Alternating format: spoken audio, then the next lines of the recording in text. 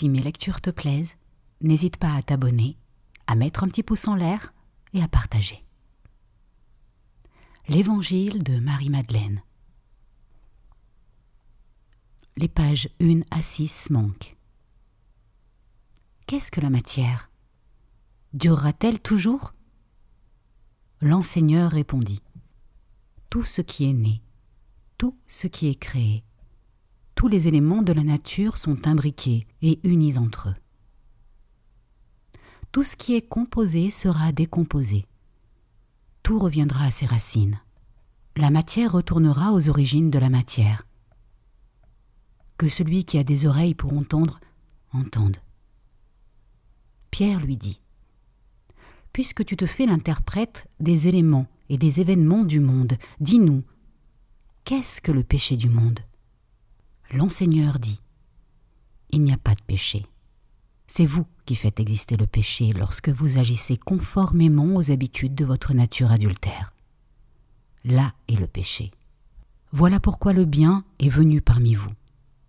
Il a participé aux éléments de votre nature afin de les réunir à ses racines. Il continua et dit : voici pourquoi vous êtes malade et pourquoi vous mourrez. C'est la conséquence de vos actes. Vous faites ce qui vous éloigne. Comprenne qui pourra. L'attachement à la matière engendre une passion contre nature. Le trouble naît alors dans tout le corps. C'est pourquoi je vous dis, soyez en harmonie. Si vous êtes déréglé, inspirez-vous des représentations de votre vraie nature. Que celui qui a des oreilles pour entendre, entende. Après avoir dit cela, le bienheureux les salua tous en disant : paix à vous, que ma paix soit engendrée et s'accomplisse en vous. Veillez à ce que personne ne vous égare, en disant : le voici, le voilà. Car c'est à l'intérieur de vous qu'est le Fils de l'homme.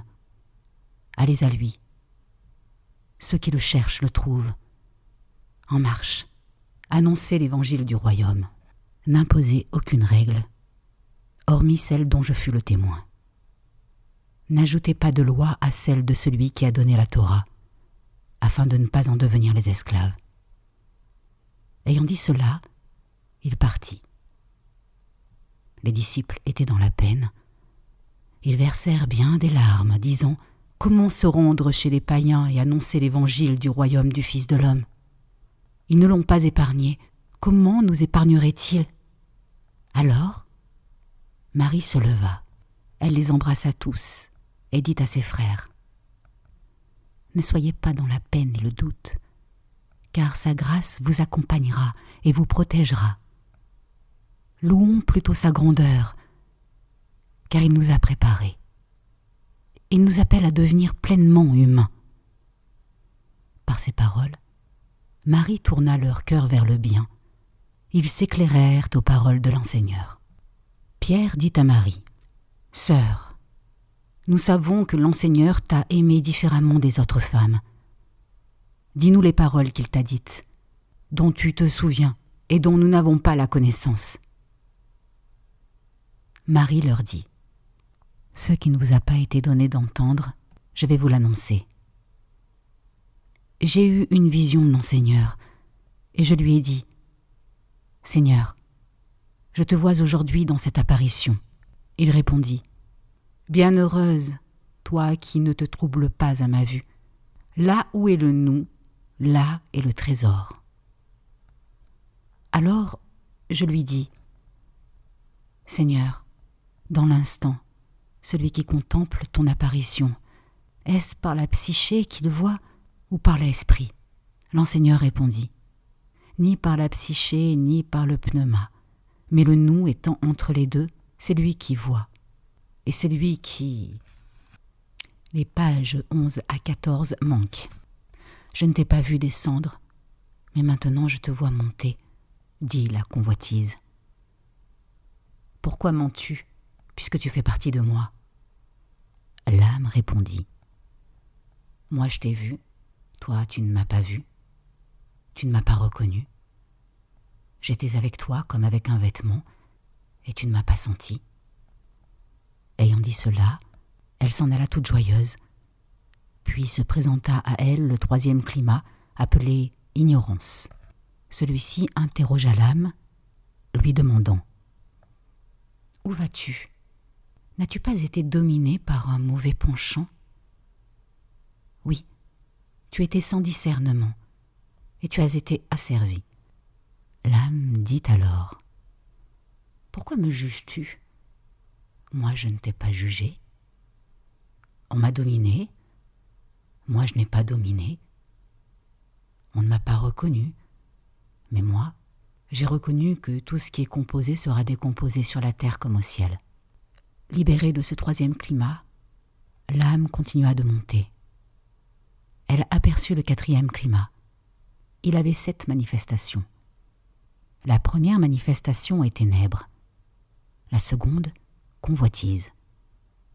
La troisième, ignorance. La quatrième, jalousie mortelle. La cinquième, emprise charnelle. La sixième, sagesse ivre. La septième, sagesse rusée. Telles sont les 7 manifestations de la colère qui oppriment l'âme de questions. D'où viens-tu, homicide ? Où vas-tu, vagabonde ? L'âme répondit. Celui qui m'opprimait a été mis à mort. Celui qui m'encerclait n'est plus. Ma convoitise alors s'est apaisée, et je fus délivré de mon ignorance. Je suis sorti du monde grâce à un autre monde. Une représentation s'est effacée grâce à une représentation plus haute. Désormais, je vais vers le repos où le temps se repose dans l'éternité du temps. Je vais au silence. Après avoir dit cela, Marie se tut. C'est ainsi que l'enseigneur s'entretenait avec elle. André prit alors la parole et s'adressa à ses frères. « Dites, que pensez-vous de ce qu'elle vient de raconter ? Pour ma part, je ne crois pas que l'enseigneur ait parlé ainsi. Ses pensées diffèrent de celles que nous avons connues. » Pierre ajouta. « Est-il possible que l'enseigneur se soit entretenu ainsi avec une femme, sur des secrets que nous ignorons ? Devons-nous changer nos habitudes ? Écouter tous cette femme ? L'a-t-il vraiment choisie et préférée à nous ?» Alors Marie pleura. Elle dit à Pierre, « Mon frère Pierre, qu'as-tu dans la tête ? Crois-tu que c'est toute seule, dans mon imagination, que j'ai inventé cette vision ou qu'à propos de notre enseigneur je dise des mensonges ?» Lévi prit la parole. « Pierre, tu as toujours été un emporté. Je te vois maintenant t'acharner contre la femme comme le font nos adversaires. Pourtant, si l'enseigneur l'a rendue digne, qui es-tu pour la rejeter ? Assurément, l'enseigneur la connaît très bien. Il l'a aimée plus que nous. Ayons donc du repentir et devenons l'être humain dans son entièreté. Laissons-le prendre racine en nous et croître comme il l'a demandé. Partons annoncer l'Évangile sans chercher à établir d'autres règles et d'autres lois en dehors de celles dont il fut le témoin. » Dès que Lévi eut prononcé ces mots, ils se mirent en route pour annoncer l'Évangile. C'était l'Évangile de Marie-Madeleine.